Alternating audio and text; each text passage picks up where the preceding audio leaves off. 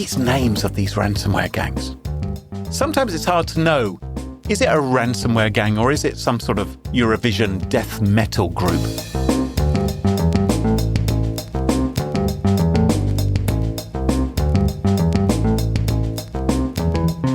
Smashing Security, Episode 416, High Street Hacks, and Disney's Wingdings Woe, with Carole, Theriault and Cluley. Hello, and welcome to Smashing Security, Episode 416. My name's Cluley. And I'm Carole Theriault. What's coming up on the show this week, Carole? Well, before we kick off, let's thank this week's wonderful sponsors, Dashlane, Material, and Fanta. It's their support that help us give you this show for free. Now, coming up on today's show, Graham, what do you got? I'm taking a walk down the high street looking for hackers. Okay.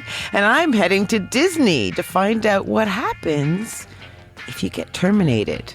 And I'm speaking to the folks at Dashlane all about the impact AI is having on password security and how its new AI-powered Omnic service is helping security teams. All this and much more coming up on this episode of Smashing Security.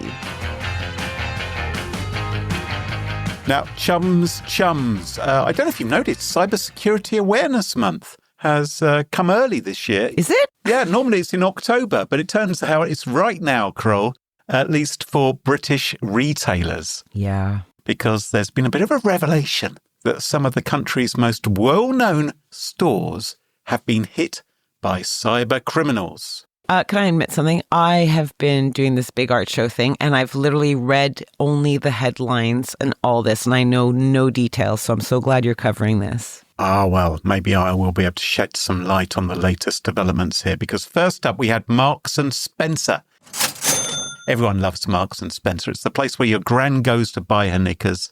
It's where Carole... Buy my jam-filled donuts from the bakery. Delicious. Is that right? Oh, they're the best. They're the best ones in all the supermarkets. I will sometimes walk out with an overpriced prawn sandwich and a packet of Percy pigs.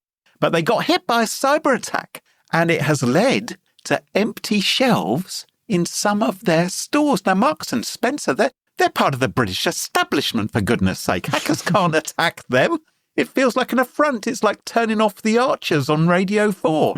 M&S, as they're known, is allegedly losing more than 40 million quid a week due to a fall in clothing and food sales as a result of this cyber attack. Oh, wow. Yep, it's pretty substantial. They've suspended all of their online orders. My local Marks and Spencer doesn't seem to believe anyone in my town who is male wants to buy a shirt.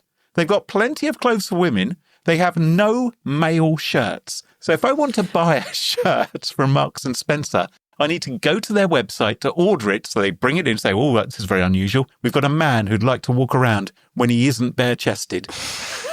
But right now I can't do that because they've suspended all their online orders due to this cyber attack. Never have I been so glad that I don't live very close to you at all.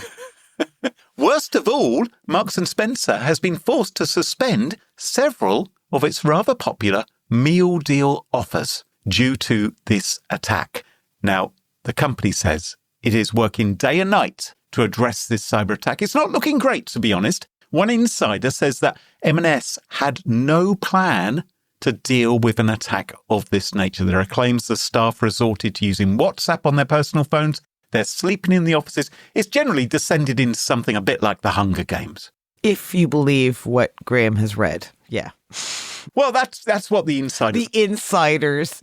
Sounds like you're writing for the Daily Mail. Well, this is what they're saying. Now, I tend to be a little bit more sympathetic, I think, to the people who work in these companies who are protecting the systems. You know, it's a pretty thankless job, to be honest. Than whom? You saying you're more sympathetic than whom? Well, there's some people who are just slagging them off, saying, well, you know, you should have had better protection. But I think any company these days has the potential to be hacked. And sure enough, then it was the turn of the Co-op, also known as the Coop. Mm-hmm. They're another supermarket. They're not quite as highbrow as Marks and Spencer. I love the Coop. You will leave with a more disappointing meal deal, I would say, than Marks and Spencer, but a cheaper one. After Eights is my secret passion. After Eight chocolates? Yeah. You know, if I'm having a bad day and I need a little sweet, I will dash over to the local Co-op and get myself a box of After Eights, and I'm so glad they're available all year. Very nice, very nice. Well, Co-op's internal systems were disrupted by the cyber attack that they suffered, and crucially, customer data was exposed. Oh. Now, initially they said there was no evidence of any customer data loss in the first days after the attack, and that appears that was technically true when they said that. They didn't have any evidence of it, but since then, the situation has changed because now the attackers, the ransomware gang, they've proved that data was taken, and the Co-op has shifted in the nature of its transparency. It's issued a letter from its CEO. There's a press statement confirming the data breach and providing details of what sorts of Co-op member information has been taken. It's not financial information. It's names, email addresses, phone numbers, the kind of data that can really fuel a phishing attack. Yeah. Not great. So both of these well-known British high street shops, Trusted shops. trusted, they've suffered a ransomware attack. And just when you thought it couldn't get any worse, Carole, Harrods was targeted as well.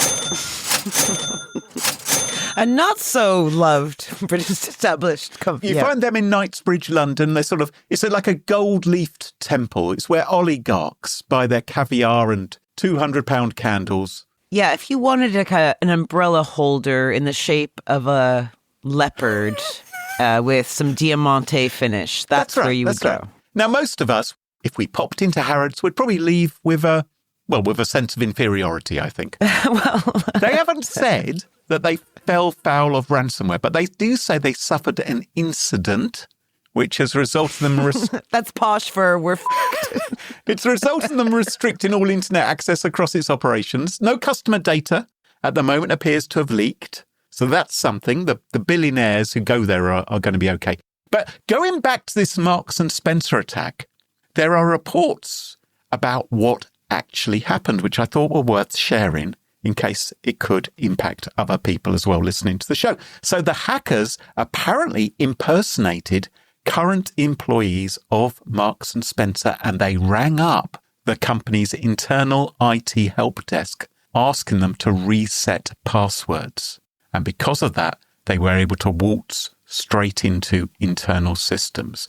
See, that's quite clever because I, in my old days, would regularly forget my password and have to contact IT to help me get back into some. Because we had a number of different applications that we had to use in order to work for said company. Anyway, things were tough back then, kids. They were tough. People like to be helpful, don't they? People on IT help desks Absolutely. think, you're obviously having a bad day. You're going to get in trouble with the big boss. You've got to log in and do your work. Maybe some of our IT people out there listening could tell us what percentage of their, requests are about password resets, because I bet it's much higher than we even imagine. So the bad guys deployed their ransomware. They brought operations to a grinding halt. Shelves are empty, meal deals suspended. Brits have been left wondering how on earth they're going to survive a Wednesday night without a dine-in for two. So what to do? Well, there is advice right now from the National Cybersecurity Centre here in the UK, the NCSC. They say they have insights into the three attacks, but they're not in a position yet to say if they are linked or not, or part of a concerted campaign. But they have warned that hackers are using social engineering tactics to exploit IT help desks in order to reset passwords and multi-factor authentication. So that's what you have to be wise to. They've offered a whole bunch of advice. We will link to it in the show notes. The advice includes giving special attention to high-level accounts, which have access to, all the really powerful things, and telling organizations they should review their help desk processes when it comes to password resets. Yeah. And they're saying that criminal activity online right now is rampant. That is their word, Carole, rampant. Yeah, well, maybe we should just... You see, that's hard. If I say, maybe we should just stop buying stuff online, every retailer out there will loathe me, right? Well, it's having real-world impact as well. It's not just the online sales, but, some of the shelves are empty as a result.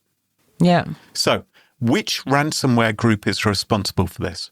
The one which is being named the most often is one called Scattered Spider. Have you heard of them before, Carole? Yeah, no, I saw the headline, Scattered Spiders. I saw someone had an interview with them. Oh, really? Oh, I saw that, but I didn't read it. Well, they've been previously linked to a number of high-profile attacks, including the 2023 hack of some Las Vegas casinos, Caesars Palace and MGM Resorts. Some of the alleged members of the gang were arrested last year, but you notice the name is Scattered Spider. That's because they are a group which is spread about. There are potentially scores of them around the world. And they don't necessarily know, right, who everybody is. They may only know the handle of someone else. They won't know their true identity or where they're based in the world. Now, that illustrious and well-regarded news outlet, the Daily Mail, has named a young chap called Tyler Buchanan, who they claim is the suspected boss of the Scattered Spider gang. Their high-tech cybersecurity investigative journalism broke the story? Really? Wow. Now, this chap, Tyler Buchanan, he allegedly fled to Mallorca. He's only about 19 or 20 or something like that. After a masked gang descended on his mum's house in Dundee, Scotland, last year with blowtorches. Oh. I know.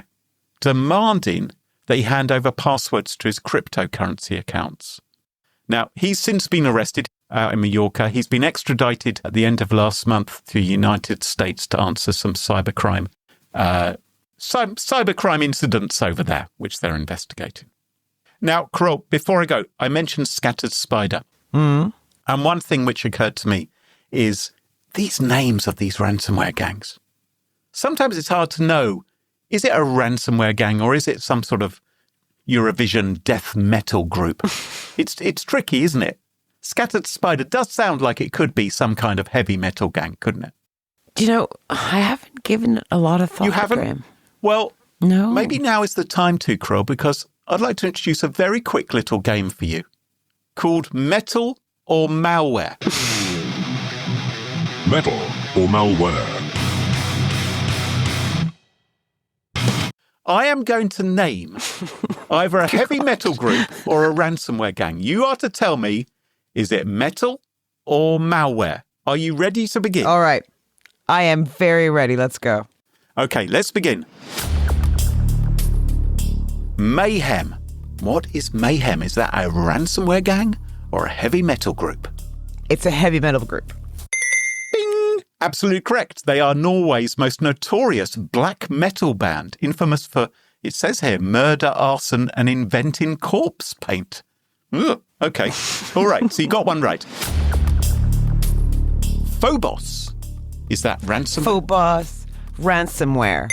Absolutely correct. Named after Mars's moon for reasons I don't quite understand. All right, let's have another one. Gojira. Gojira. I'm going to say ransomware. It is a French metal band named after the Japanese Godzilla. I love how you're taking international metal bands just because. Yeah. All right. Okay, you're doing all right. You're doing all right. Moon Sorrow. Ransomware or heavy metal? Oh, I really want it to be a heavy metal band. Bing! You are correct. They are a Finnish folk metal band. Fantastic. That's perfect. I love that. They specialise in 10-minute slabs of sadness, it says here. Right, Deadbolt. What about Deadbolt? Ransomware. Absolutely right. They target NAS devices and hit your backups. What about Obituary? Band, music. Yes, it's a Florida death metal group. What about Dark Funeral? Music. Absolutely right. They are from Sweden. What about Cradle of Filth? Music. Yes, absolutely. You are on a roll. And finally, let's see if you can do this. Ministry. Is Ministry a ransomware gang? Music. Carole, you know your music. Thank you very much. Very, very good. I'm not talking about my past. So, what have we learned? Social engineering still works terrifyingly well. Big brands aren't infallible to cyber attack. And you may want to stock up on your meal deals while you still can. And Carole really knows her heavy metal. Well done, Carole. Thank you very much. What story have you got for us this week? Well, we're going to head to Disney You want to hear a weird fact about Disney Florida? Okay. There are 2 specialist paint colors used in the parks. Oh. Which are solely used for distraction. So go away green and no see gray. What? Are both dull shades designed to make your eyes slide over certain objects and places so they don't distract from all the beauty. Oh, so I guess that occasionally they have things which are in sight but aren't necessarily attractive. Like a bin. You necessarily want to see a bin, Right. right? When you're... Well, you want to see it if you're looking for a bin. Okay, I have another one. You could tell me if this is true or not. Did the Beatles officially break up at Disneyland or Disney World? Whatever one it is. I don't even know. What do you mean by officially break up? I don't know. This is one of the weird facts about Disney that was there. And I was like, I'm going to ask Graham. Well, no, I don't think they did. No. Oh, we see. People are talking shit on the internet. I can't believe it. Okay, but imagine working at Disney. Imagine working there. Like, it wouldn't be very fun wearing the whole Disney costume. Oh. Greeting wonderful, wonderful children and families, right? But imagine the sweltering heat of Florida and the kids grabbing and tugging at you because, of course, you're literally their hero. Yeah. I would be Goofy, probably. That's who I'm imagining I'd be. You're not tall enough to be Goofy. No, but it's the costume that does it, Carole. It's all the scaffolding. It would be heavy. It would be hard, hot work. But we're here to talk about Michael Schur. Now, Michael works at Disney, but he works as a menu production manager. A menu production manager? Yeah. So I'm going to get into that, but probably air-conditioned office space somewhere. Probably not, on the sweltering streets. So Michael was responsible for, the creation and publishing of menus for the entire Disney restaurant portfolio. Okay. So, he works with a third party who provides this, software app. And then he's the one who manages all this, So there's, managing pricing, what's on the menu, inventory, all that. Okay, yeah. So Michael would obviously have an intimate knowledge of, the architecture of the system, all the processing, potential vulnerabilities, all that stuff. Right. Because, he was the menu production manager at Disney. And like all things, all was well until it wasn't well. So right. Somehow something turned rather sour for Michael. It appears that it was due to some misconduct on his part. And he ended up getting fired from Disney. This was in June last year. Right, okay. Now, it seems the termination did not go smoothly. There were no flowers. There were no $50 gift cards. There was no collection. Yeah, there was no high five from the CEO. Nothing like that. I think you'll find Mickey Mouse, he hasn't got a 5 digits on his hand. 4? Yeah, should have said that. It'd be a high 4, wouldn't it? A high 4, yes. A high 4. The words that I saw describe this scene was not considered to be amicable, quote unquote. Oh. And it was so not amicable that Michael must have been left with a sour taste in his mouth. That kind of taste that makes you just... The kind of taste you might get if you were to have a soda or something at one of his restaurant resorts inside Disney, maybe. Sticky syrup. No, but the taste of revenge. Oh, dear. Oh, dear. Okay, but how could one possibly take revenge on a giant like Disney without getting caught? I mean, what would you do? You wouldn't want to step on the premises. People, who work there know that your termination wasn't all rainbows and unicorns. No. So you put yourself in Mikey's position and you keep thinking up your dirty plans for a fictitious revenge on Disney, and I'll crack on with the story. Okay, I've got some thoughts. Okay, good. So rather coincidentally, Disney becomes the victim of multiple computer intrusions. And not only that, but these specific intrusions have all been associated with this menu creator program he uses. And it looks like someone might have manipulated the menus of restaurants owned and operated by Disney. So employees started to notice that the fonts in their menu app that they used were changing. They couldn't recognize them because... The font, whether you're using Arial or Helvetica or whatever the proprietary Disney font is, I'm sure they've got their own. Right. But they were replaced with something that looks more like symbols fonts also known as Wingdings. Now, we all know what Wingdings are, don't we? Yes, Wingdings is the ultimate form of encryption. It is. I wonder if someone could read Wingding. I bet there's somebody that can read it. There's some strange people out there. I'm sure some people could read it on the fly. A weird mistake, you might think. Why would all this be turning into Wingdings? But the fonts, you see, were renamed to maintain the name of the original font. These are on screens. You know, when you go to McDonald's and you'll have a kind of like screen that... Oh, yes. Yes. Those type of screens were now showing Wingdings. Ah. So Wingdings on the menu, kind of hilarious. Hilarious. Ha ha ha ha ha. But apparently this change was so substantial that it effectively doxed this menu app.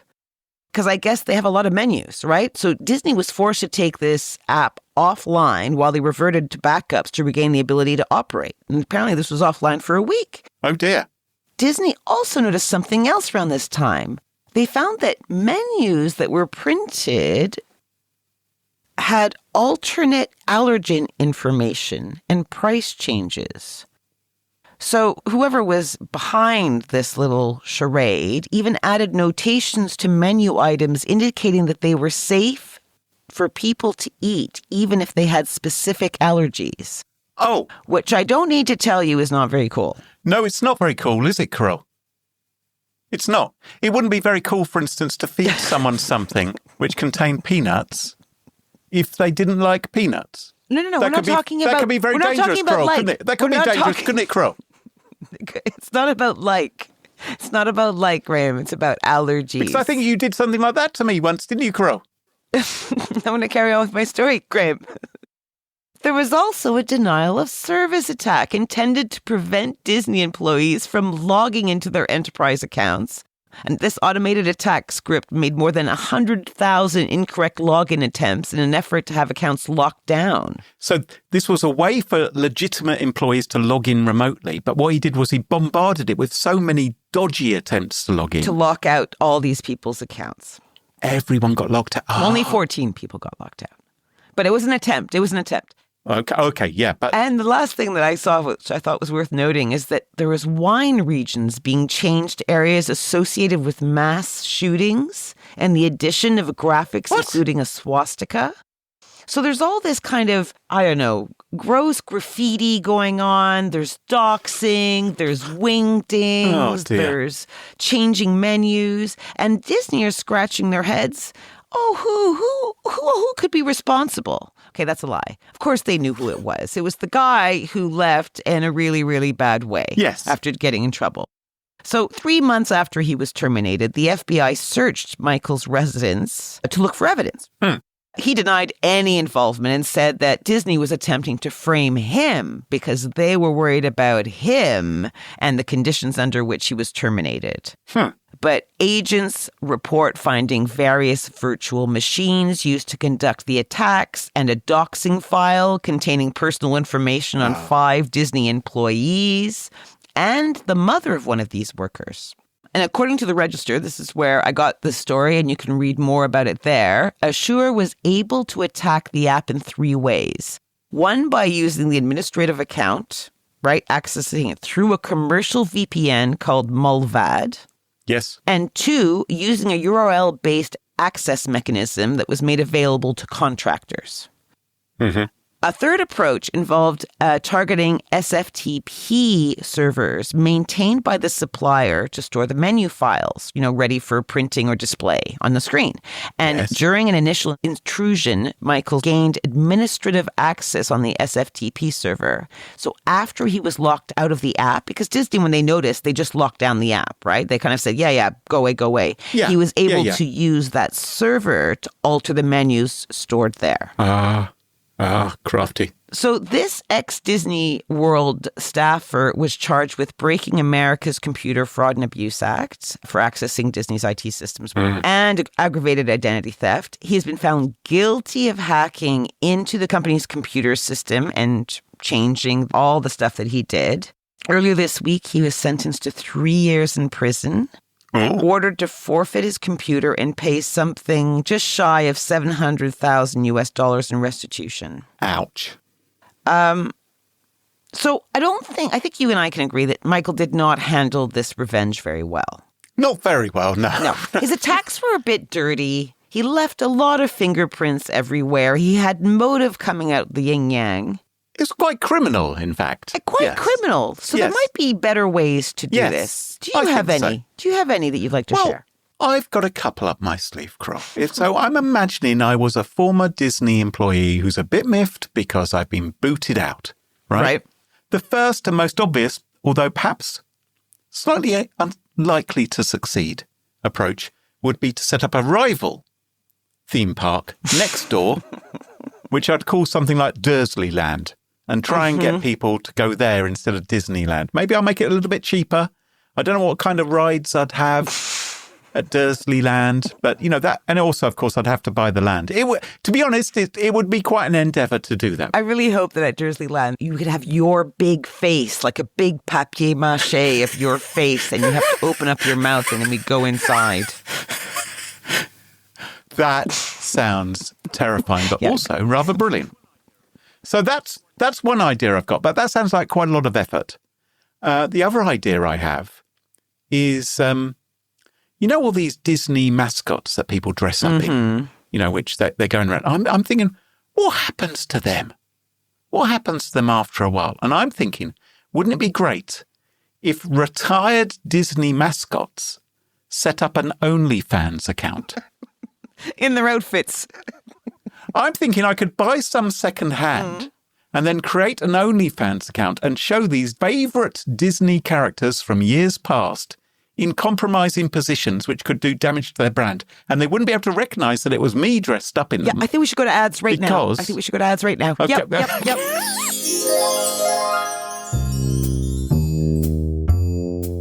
Stolen credentials are the number one cause of data breaches, and well, there's a better way to solve that password problem, and that's with Dashlane. Dashlane is doing what others aren't, providing complete credentials and password management, preventing employees from adopting poor password habits, streamlining secure access, and simplifying workflows. And with Dashlane, you get real-time phishing alerts to stop employees from taking the bait, and you're protecting your data with patented security and the very strongest encryption available. So what are you waiting for? Give Dashlane a try today, at your work or at home. There are versions of Dashlane for both personal home use and business use. And by being a listener to Smashing Security, you get savings off both. Save 25% off a new business plan or 35% off a new personal premium plan by visiting smashingsecurity.com/Dashlane. That's smashingsecurity.com/Dashlane. And thanks to Dashlane for supporting the show. Google Workspace and Microsoft 365 are critical to business. But they're also a headache for security teams. Constant phishing alerts, endless manual remediation of misconfigurations, and a flood of user reports about suspicious emails. Teams are stuck between two bad options, letting things slip or becoming the department of no. Instead of hoping you catch every single attack, Material.security protects your most sensitive data, even if an account is compromised. So when attackers inevitably get in, they still can't touch the stuff that matters without additional verification. It's like having a tireless security analyst who handles the routines and frees your team to focus on real threats. And for cloud workspaces, Material.security has your back. Misconfigurations, shadow IT, constant policy changes. Material not only monitors everything continuously, it fixes the simple stuff automatically. So if you're ready to stop drowning in alerts and start getting ahead of threats, check out Material.security. That's Material.security. Now, Carole, according to Vanta's latest State of Trust report, cybersecurity is the number one concern for UK businesses. And of course, Vanta can help you with that. Whether you're a startup, growing fast, or already established, Vanta can help you get ISO 27001 certified and more without any of the headaches. You see, Vanta allows your company to centralize security workflows, complete questionnaires up to 5 times faster, and proactively manage vendor risk to help your team not only get compliant, but stay compliant. So stop stressing over cybersecurity and start focusing on growing your business in 2025. Check out Vanta and let them handle the tough stuff. Head to vanta.com/smashing to learn more. That's Vanta, VANTA.com/smashing. And thanks to Vanta for sponsoring Smashing Security. And welcome back. And you join us at our favourite part of the show, the part of the show that we like to call Pick of the Week. Pick of the week. Pick of the week. Pick of the Week is the part of the show where everyone chooses something they like. Could be a funny story, a book that they've read, a TV show, a movie, a record, a podcast, a website, or an app. Whatever they wish. It doesn't have to be security related necessarily. Better not be. Well, my pick of the week this week is not security related. My pick of the week is a movie I watched this week, or rather rewatched this week. Oh. Because I last watched it about 35 years ago. 35 years ago?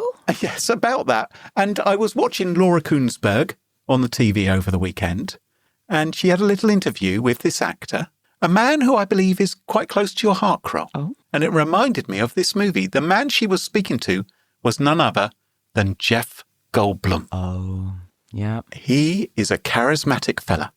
Yeah, I had a bit of a penchant for that boy. In 1989, Jeff Goldblum was in a movie, a romantic comedy The Fly? No, called The Tall Guy. Oh, The Tall Guy. Great movie. Written by Richard Curtis, directed by Mel Smith. I think it was the first movie for both of them, and it stars Jeff Goldblum as an actor in London. Emma Thompson is his love interest. Rowan Atkinson is a self-absorbed comedian. And Jeff Goldblum's career, or the character he's playing, it's on the skids, as is his love life. He's trying to get his hay fever sorted out, and he falls in love with a nurse, played by the gorgeous Emma Thompson. Sparks fly. Jeff gets a starring part in a musical about the Elephant Man. Drama unfolds. It's romantic. It's funny. Emma Thompson is gorgeous. And it has the best sex scene, I would argue, of any movie ever. Do you not remember the sex scene in The Tall Guy? No, I don't at all. If you... Did I mention that Emma Thompson is gorgeous? Yes, she is. Yes. If you've ever wanted to see Emma Thompson and Jeff Goldblum have sex on top of a piano, this is the movie for you. Oh, yeah. Do you remember it now? Yes. It's wonderful. And it is my pick of the week. The Tall Guy. Good one. Carole, what's your pick of the week? I did have a pick of the week, all selected for this week. But then at lunchtime, I was looking at the papers, because I haven't read anything of importance this weekend. You've been very busy with your art show. I've been very, very busy. Very busy. And I thought I would make my pick of the week David Attenborough. Oh. Sorry, Sir David Attenborough, who was 99 this past Saturday. 99. They should give him a flake and stick it in his head or something, shouldn't they? Come on, 99. And he's done so many amazing things. That is something. I looked up favorite Attenborough moments. Yes. Do you remember him observing a lyrebird mimicking various noises? He does a chainsaw and does the sound of I don't different know. motorbikes and stuff. I remember him sitting in a gorilla's lap or something like that. Yes. Yes, you remember that one? That's number 2, a close encounter with a mountain gorilla in Rwanda in Life on Earth. Yes. He watches a blue whale surface alongside his boat in Life of Mammals. Oh. He is definitely just an incredible, incredible person, and we adore him in the UK. I don't think anyone has anything bad to say about him. No, he's wonderful. We would just slap him if they said it. We'd just say, shut up. So this is to David Attenborough. Happy, happy birthday, sir. And that is my pick of the week. Just being an absolute brilliant person, an educator, and just environmentalist and everything. Oh, wonderful. Now, Grabe, you have been chatting with Jon at Dashlane. That's right. All about the impact AI is having on password security. Let's give it a listen.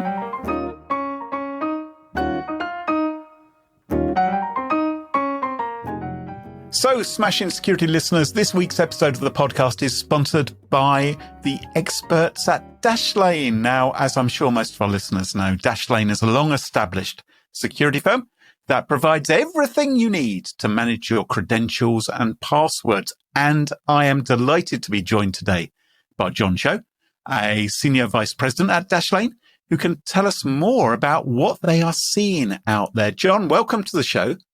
Well, thank you for having me. It's a real pleasure to have you here. You've got decades of experience in product and business development. And as I said, you're one of the experts over there at Dashlane. One of the biggest things, which has, I think, changed all of technology and IT, particularly in the last few years, has been this enormous development with AI. And one of the things I'm really interested in is how AI is changing things when it comes to credential and password management. Can you give us some feelings for how AI has transformed credential security? Maybe both the positive as well as the negative. Absolutely. And with everything else, AI has transformed the landscape of credential security overall. It's really been a game changer on both sides. So on one hand, for security teams, they're able to analyze the risks faster, being able to actually automate their responses as well to really quickly address any kind of risk or needs there. And then also with all the information that it takes in, it's able to actually identify patterns that people may miss, right? And so all of this is actually beneficial in terms of improving your credential security posture. Right. Now, on the flip side of it, though, the attackers are just using AI just as effectively. So right now, it's really super easy and cheap to actually launch like personalized, targeted, large-scale phishing campaigns, right? And these are incredibly convincing today. And then the other thing is that it's enabled people to just get AI kind of powered phishing kits off the shelf. And so people can actually go and really quickly create these attacks for individuals. And it increases the volume substantially of the number of attacks and the number of people who are conducting these attacks as well. So that's what it feels like to me. From the attacker's side of things, it's kind of democratized these attacks, hasn't it? Because you don't have to be a cybercriminal expert to launch a phishing attack. I mean, you never had to be anyway, did you? Judging by the number of poorly spelt phishing emails we used to see in the past. But now you can use this technology to create more convincing phishing attacks and create them at a much greater scale. That's absolutely true. So it's not only about the number of people can do it, it just makes it easier for more people to do it, but it also makes it more effective. And that just increases, the vulnerability for pretty much everybody in kind of every aspect of our security. And so if anything, threats are continuously on the rise and we have to be very vigilant against those.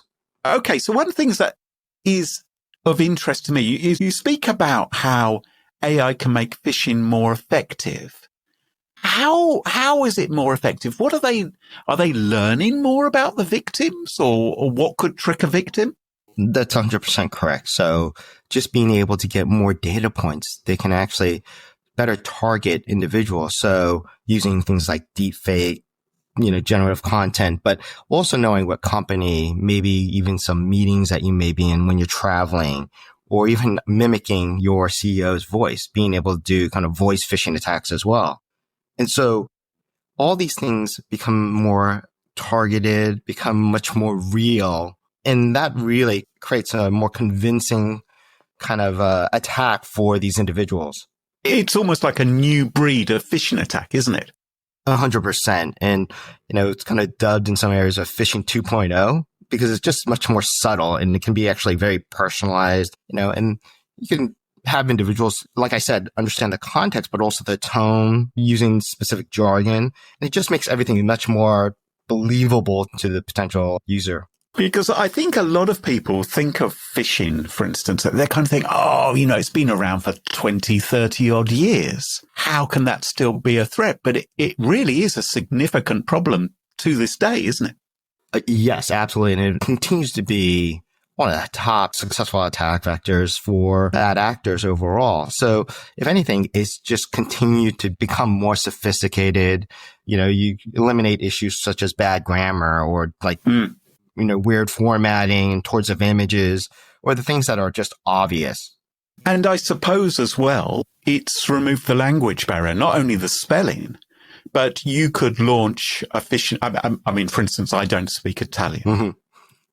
But I could use AI to convincingly convert my phishing to an Italian-speaking fish if I were to target someone who was based in Italy and was used to communicating with people in Italian? Have you seen anything like that occurring? Yeah, you'll see exactly that, where you can use Gen AI. And like I said before, it just eliminates all the grammar, the issues, and actually can adapt to things like specific jargon, just the way that people talk on an everyday basis. So it makes it much more effective and real. Right. Now, we've spoken a fair bit there about how AI is being used by the bad guys.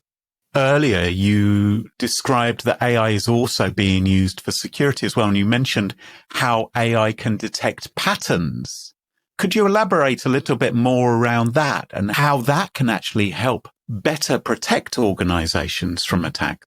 Yeah, absolutely. So what happens is that, there's a lot of different data points that are out there, not only what people are using, but things like the sites that they're going to visit or the way a particular page is formatted. And so using AI, you can actually ingest and all these different data points and then quickly identify whether, say, this is a potential bad website or, a bad device, that it's coming from the wrong location. So it really continues to enhance kind of what already exists, but able to do it faster and take in more data points to really raise that red flag and saying, hey, there might be an issue here. And is that happening in the cloud? Is it on servers? Is it on users' desktops and mobile devices? Where is that work happening, or is it a variety of those? It really is a variety of those. And really, as you look at different services, different firms will offer different types of solutions. So for us, what we're able to do, actually, we made this huge investment in confidential computing. So what we're able to do is really maintain and fortify our zero knowledge architecture and extend it beyond the device into the cloud.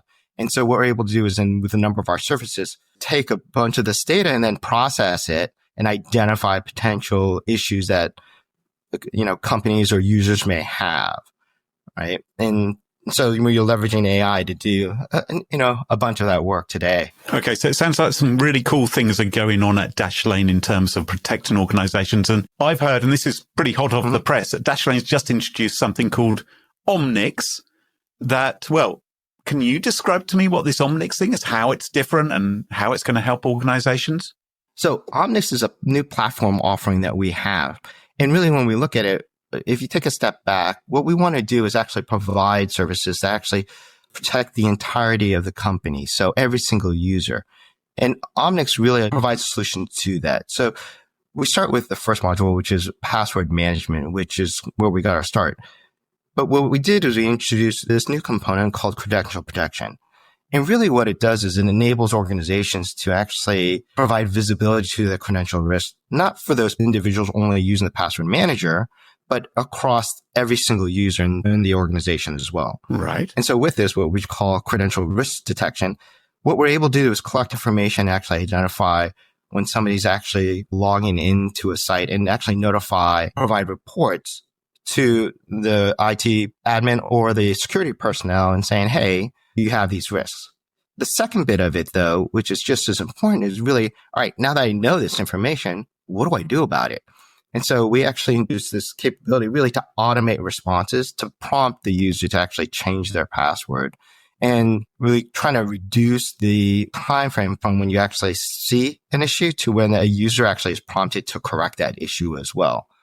And then the last bit, and we kind of touched upon it a little indirectly, is really around, all right, how do I get ahead of it? And so as a particular user goes to a website, just to give alerts that, hey, you might be going to this site, which is not what you think it is. So really kind of a phishing alert. And so when we talk about AI power, that is something that we're currently investing in, and we're very excited about that. So in the credential protection, being able to detect and then being able to automate responses and then actually getting ahead of it before it becomes an issue with these phishing alerts, that's something that will empower companies to really fortify their credential security. And again, this is for every single employee, not just for those who are actively using a password manager. It sounds fantastic, but if I put my cynical IT security manager hat on for a moment, I'm going to say, okay, you've told us this is brilliant and everything. How easy is this going to be to deploy to all of my users? How is that managed? So really what we're doing is actually a single deployment of the extension that we currently have in the browser itself. So it's just a basic script that every IT admin can actually go run and deploy. And we've had a number of customers already do this as well. Very quick, very simple, and easy to go do. So it just plugs into Chrome or Edge or Firefox and off you go. Absolutely. And you can start seeing results pretty quickly, within an hour or two as people are actively using their browsers. Sounds pretty cool. Okie dokie. Well, we're coming towards the end of the chat, but I'd be remiss if I didn't ask you a couple of questions which would be really helpful for everyone. So for businesses who are still relying on traditional password-based systems, and we know there's plenty of them out there, what would be your top 3 recommendations for improving credential security right now? I think just looking at credential security overall, obviously you mentioned it, just use a password manager, right? And it's just really one of those easiest wins. The other is really enabling multi-factor authentication wherever possible, right?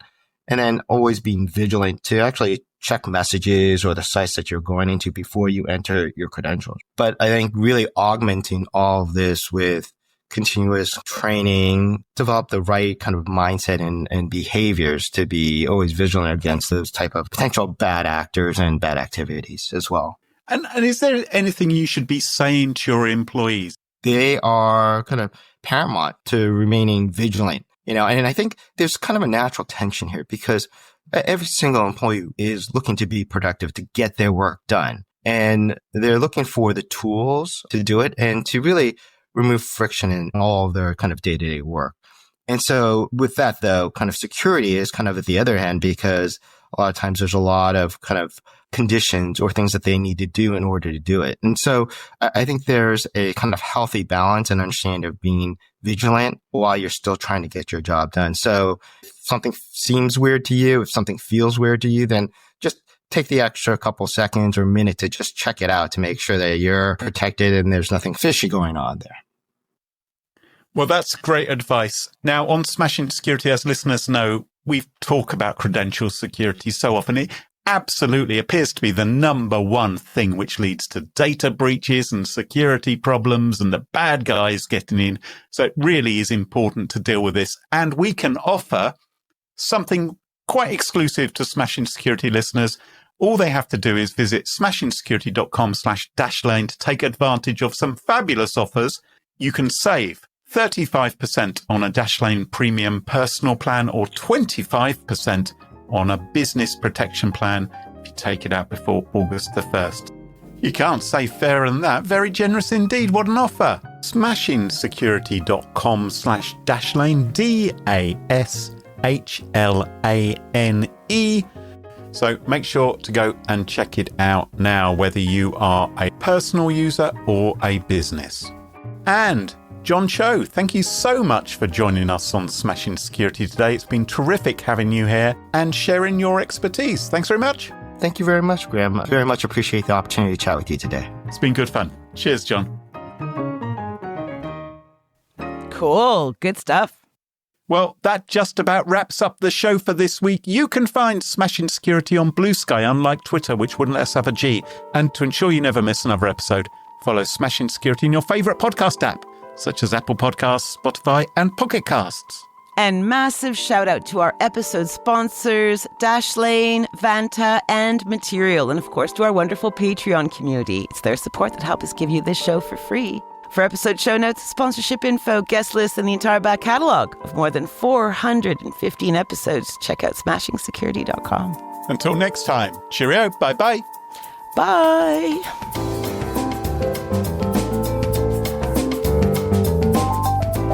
There we go. And there we go. Woo. Very good.